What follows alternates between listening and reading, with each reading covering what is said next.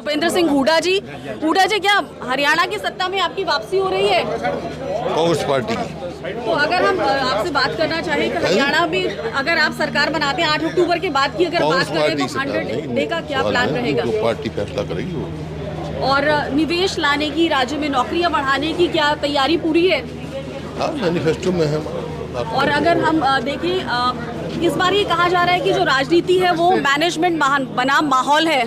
माहौल तो कांग्रेस के पक्ष में है, लेकिन जो कहा जा रहा है मैनेजमेंट में उसमें बीजेपी आगे है।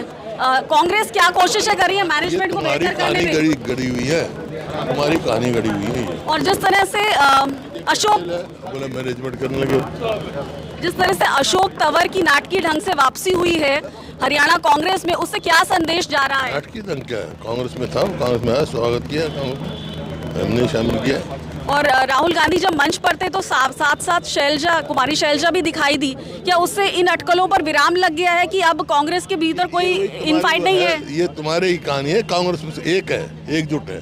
ये तुम बनाते हो नरेश, कहानियां गढ़ते हो। बीजेपी के देखो ना, कौन खट्टर साहब दिखाई दे रहे हैं कोई? पर उसका तो कोई जिक्र नहीं करते आप। तो 9.5 साल मुख्यमंत्री रहे हों, उनको उनकी फोटो भी नहीं लगाई जाती, इसका क्या मतलब है? फूट है क्या है? फूट तो बीजेपी में, कांग्रेस तो एकजुट है। तो अगर आप जीत कर आते हैं 8 अक्टूबर के बाद की अगर हम बात 8 अक्टूबर के बाद की अगर हम बात करें तो 100 डे का एक्शन प्लान आपका तैयार है?